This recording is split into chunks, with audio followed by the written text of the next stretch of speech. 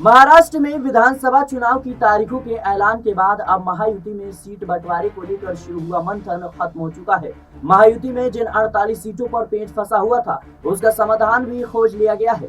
सूत्रों के अनुसार बड़ी खबर इस वक्त की सामने आ रही है। आपको बता दें कि गृह मंत्री अमित शाह के घर देर रात करीब 4 घंटे तक चली बैठक में सीट शेयरिंग का फॉर्मूला और किस सीट पर कौन चुनाव लड़ेगा तय कर लिया गया है। तीनों पार्टियों ने इस बात पर भी सहमति जताई है कि जिन सीटों पर जिस पार्टी की एंटी इनकम्बेंसी है, उसे दूर करने के लिए वो सीट आपस में अदला बदली कर ली जाए।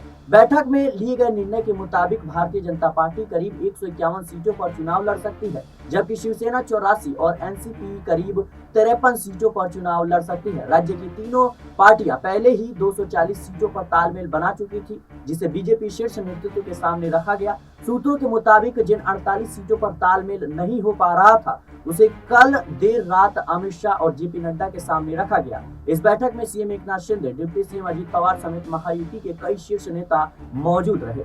महायुति गठबंधन में भारतीय जनता पार्टी, शिंदे के नेतृत्व वाली शिवसेना और अजित पवार के नेतृत्व वाली राष्ट्रवादी कांग्रेस पार्टी शामिल है। लोकसभा चुनाव 2024 में खराब प्रदर्शन के बाद एनडीए के लिए महाराष्ट्र चुनाव नाक की लड़ाई बन गई है। महाराष्ट्र में विधानसभा चुनाव 20 नवंबर 2024 की घोषणा हो चुकी है और 3 दिनों में नामांकन दाखिल करना शुरू हो जाएगा। बताया जा रहा है कि बीजेपी जल्द ही उम्मीदवारों की पहली लिस्ट भी जारी कर सकती है। फिलहाल के लिए इस रिपोर्ट में इतना ही। देश और दुनिया की तमाम खबरों के लिए बने रहने पॉलिटिकल बाइट के साथ।